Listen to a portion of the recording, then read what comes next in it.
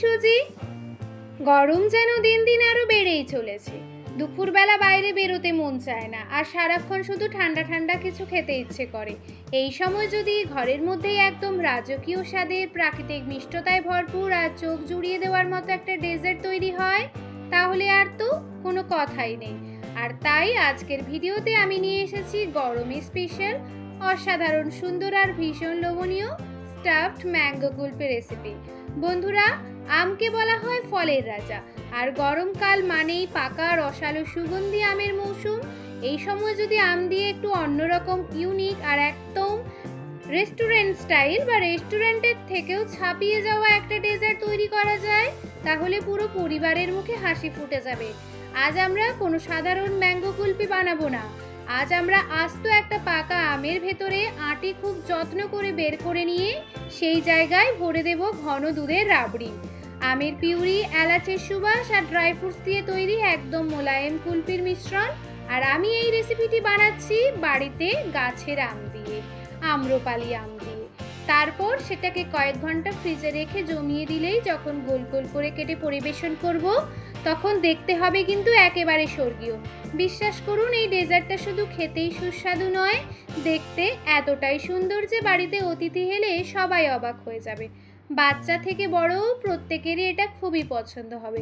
সবচেয়ে ভালো বিষয় হলো এই রেসিপিতে কোনো কৃত্রিম রং, ফ্লেভার বা প্রিজারভেটিভ ব্যবহার করা হবে না। সম্পূর্ণ ঘরোয়া উপকরণ দিয়ে তৈরি হবে এই ঠান্ডা ঠান্ডা ক্রিমি আর রাজকীয় স্বাদের স্টাফড ম্যাঙ্গো কুলফি। তাহলে চলুন আর কথা না বাড়িয়ে রেসিপিটি শুরু করে ফেলি। ভিডিওটি স্কিপ না করে ভিডিওটি পুরোটা দেখবেন, কারণ স্কিপ করলে কিন্তু অনেক কিছু মিস হয়ে যাবে। তাই এই রেসিপিটি অনেক ধৈর্য সহকারে দেখতে হবে আর শিখতে হবে আমাদেরকে। তো আমার পরিবারে যদি নতুন হয়ে থাকো, অবশ্যই চ্যানেলটি সাবস্ক্রাইব করে পাশে থেকো, নোটিফিকেশনটা অন করতে ভুলো না। আমি এখানে গাছের পাকা দুটো আম্রপালি আম নিয়েছি। আমের উপরে ডাঁটার অংশ ছুরি দিয়ে হালকা গোল করে কেটে একটা ছোট ঢাকনার মতো অংশ আলাদা করে নেব। এই অংশটি কিন্তু ফেলে দেবেন না, কারণ এই অংশটি ফেলে না দিয়ে এটা পরে লাগবে। এখন সবচেয়ে গুরুত্বপূর্ণ কাজ আমের আঁটি বের করা। একটা লম্বা চামচ বা চিকন ধারালো ছুরির সাহায্যে খুব সাবধানে আমের ভেতরের আঁটি আলগা করতে হবে। ধীরে ধীরে চারপাশ থেকে আলাদা করে সম্পূর্ণ আঁটিটা বের করে নিতে হবে। খেয়াল রাখতে হবে যেন আমের বাইরের অংশ কোথাও কেটে না যায়। আঁটি বের হয়ে গেলে একটা ছোট্ট চামচ দিয়ে ভেতরের কিছুটা শাঁস বের করে নেব। এতে ভেতরে আরও জায়গা তৈরি হবে কুলফির পুর ভরার জন্য। যে আমের শাঁস বের করেছি সেটাকেও কিন্তু আলাদা করে রেখে দেব। তো কি কি ইনগ্রিডিয়েন্টস লাগছে? আমি এখানে ফুল ক্রিম দুধ নিয়েছি 1 লিটার আর ড্রাই ফ্রুটস নিয়েছি।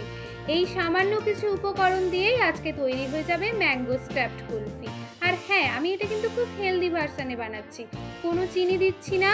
আমি এই রেসিপিটা বানাচ্ছি মধু দিয়ে। আর অবশ্যই একটা কথা তোমরা মনে রাখবে, মধু কখনো গরম দুধ বা গরম জলে দেবে না। এবার 1 লিটারের দুধ আমি একটা কড়াইয়ে ট্রান্সফার করে নিলাম।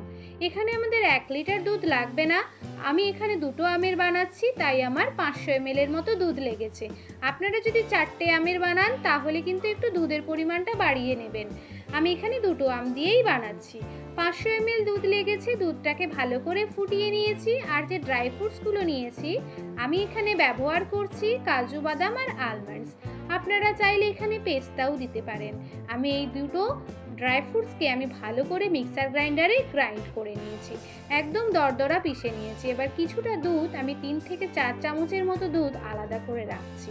কেন বলুন তো, সেটা আপনাদেরকে পরেই বলছি।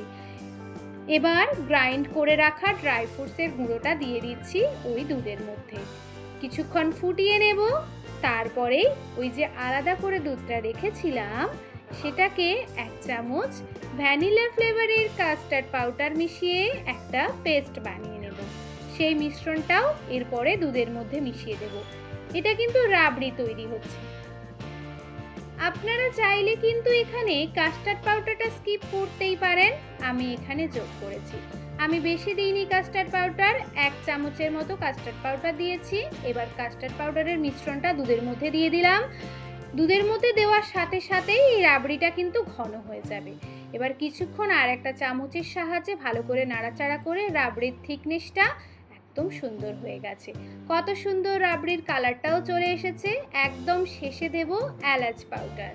এলাচ পাউডারটা অবশ্যই দেবে, এটা মিক্স করলে কিন্তু রাবড়ির টেস্টটাও কিন্তু খারাপ হতে পারে। আমি এখন কিন্তু চিনি যোগ করিনি, চিনিটা যোগ করব পরে, কিন্তু আমি এই রেসিপিটাতে কিন্তু চিনি দিচ্ছি না, আমি দিচ্ছি মধু। তাই এখন এই রেসিপিটা এখন গরম আছে, মানে এই রাবড়িটা এখন গরম আছে, তাই আমি এখন মধুটা যোগ করছি না। রাবড়িটা ঠান্ডা হয়ে গেলে তারপরে আমি মধু দেব। এইবার কিন্তু আমি গ্যাসের ফ্লেমটা অফ করে দিয়েছি। গ্যাসের ফ্লেম অফ করে আরও একবার হাতার সাহায্যে নাড়াচাড়া করছি। গ্যাসের ফ্লেমটা কিন্তু অফ করে দেবে যখনই কাস্টার্ড পাউডারের মিক্সচারটা দেবে। তো আমাদের রাবড়ি কিন্তু ঠান্ডা হয়ে গেছে। এবার আমি এটাকে মিক্সার গ্রাইন্ডারে একবার ব্লেন্ড করব। ব্লেন্ড করার কারণ হচ্ছে আমি এখানে মধু দিয়েছিলাম, মধু দিয়ে আমি এটাকে ব্লেন্ড করব।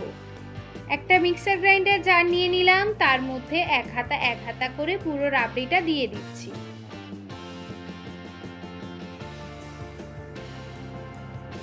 এবার দিয়ে দেব স্বাদ মতো চিনি বা মধু। আপনারা যদি চিনি দেন, চিনিটা কিন্তু দুধের সাথেই মিশিয়ে দেবেন যখন দুধ ফুটবে সেই সময়। কিন্তু আমি আগেও বলেছি গরম দুধে কখনোই মধু দেবেন না। আমি এই সময় দিয়ে দিলাম 3 চামচের মতো মধু। একবার ব্লেন্ড করেছি, কত সুন্দর থিকনেসটা চলে এসেছে। এবার দেব 1 চামচের মতো ভ্যানিলা ফ্লেভার, মানে হচ্ছে ভ্যানিলা এসেন্স। আমরা আগে থেকে যে দুটো আমের আটি বের করে রেখেছিলাম, সেই আমগুলোকে আমি একটা গ্লাসের মধ্যে রেখেছি। আপনারা চাইলে একটা ছোট বাটির মধ্যেও রাখতে পারেন, যেটাতে সুবিধা মনে হয় সেইভাবেই এই আমগুলোকে দাঁড় করিয়ে রাখতে হবে। এবার অল্প অল্প করে রাবড়ির মিশ্রণটা আমের ভেতরে ঢালতে শুরু করব। একেবারে পুরোটা ঢালবেন না, 2 থেকে 3 বার ঢালবেন। প্রতিবার সামান্য করে রাবড়ি দেওয়ার পর আমটা হালকা করে একটু ঠুকে নেবেন টেবিলের মধ্যে। তাতে কি হবে, ভেতরে কোনো এয়ার বাবলস থাকলে বা ফাঁকা জায়গা থাকলে সেটা বেরিয়ে যাবে আর রাবড়ি পুরোপুরিটা নিচ পর্যন্ত পৌঁছে যাবে। যদি মনে হয় ভেতরে এখনও একটু জায়গা আছে, তাহলে আবার রাবড়ি দিয়ে সম্পূর্ণ ভর্তি করে নেবেন। একেবারে আমের মুখ পর্যন্ত ভরে নিতে হবে, যাতে কুলফি জমে যাওয়ার পরে কাটলে প্রতিটা স্লাইস কিন্তু একদম সুন্দর গোল আকৃতি হয়।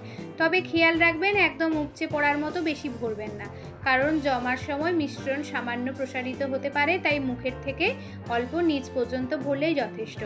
এবার যে আমের মাথাটার অংশটা কেটে রেখেছিলাম আলাদা করে, সেটাকে এবার উপরে ঢাকনা হিসেবে ব্যবহার করব। এবার ফ্রিজে রাখবো 7 থেকে 8 ঘন্টা মতো। যতক্ষণ সময় পারবেন ফ্রিজে রাখবেন, এই আমের কুলফিটার কিন্তু টেস্টটাও খুব সুন্দর হবে। দেখুন কত সুন্দর জমে গেছে। 7 থেকে 8 ঘন্টা পর আমরা ফিরে এসেছি। আমগুলোকে ফ্রিজ থেকে বের করে সঙ্গে সঙ্গে খোসা ছাড়ানোর চেষ্টা করবেন না ভুলেও, কারণ তখন কুলফিটা খুব শক্ত থাকবে। তাড়াহুড়ো করলে কিন্তু স্লাইসগুলো ভেঙে যাওয়ার সম্ভাবনা থাকে। আমগুলোকে 3 থেকে 5 মিনিট ঘরের স্বাভাবিক তাপমাত্রাতে রেখে দিন, তারপরে একটা পিলারের সাহায্যে খোসাগুলো ছাড়ান। খুবই সহজভাবেই এই খোসাটা ছাড়িয়ে চলে আসবে। দেখুন আমার তো পিলারই লাগছে না, আমি পিলার দিয়ে খোসা ছাড়িয়েছিলাম, কিন্তু আমার হাতেই সুন্দর করে খোসাগুলো ছাড়ানো হয়ে যাচ্ছে। এবার একটা ছুরির সাহায্যে স্লাইস করে কেটে নেব।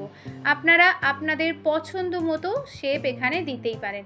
খুবই সাবধানে এই স্লাইসগুলো কাটবেন, আর একটু মোটা মোটা করে কাটবেন, যাতে দেখতেও খুব সুন্দর হয় আর খেতেও খুব ভালো লাগবে। আপনারা আপনাদের পছন্দ মতো এই শেপটা দিতেই পারেন। দুটো আম সুন্দর করে স্লাইস করে কাটা হয়ে গেলে এবার একটা সার্ভিং প্লেটে সাজিয়ে নিয়ে, রেসিপিটা যত সুন্দর হয়েছে, সুন্দর করে সাজালেও তো অতিথিরা খুশি হয়ে যাবে, তাই না? উপরে সামান্য কুচনো পেস্তা, কাজু বাদাম, শুকনো গোলাপের পাপড়ি আর কয়েকটা জাফরান ছড়িয়ে সার্ভ করুন। দেখবেন পরিবারের সবাই খুশি হয়ে যাবে।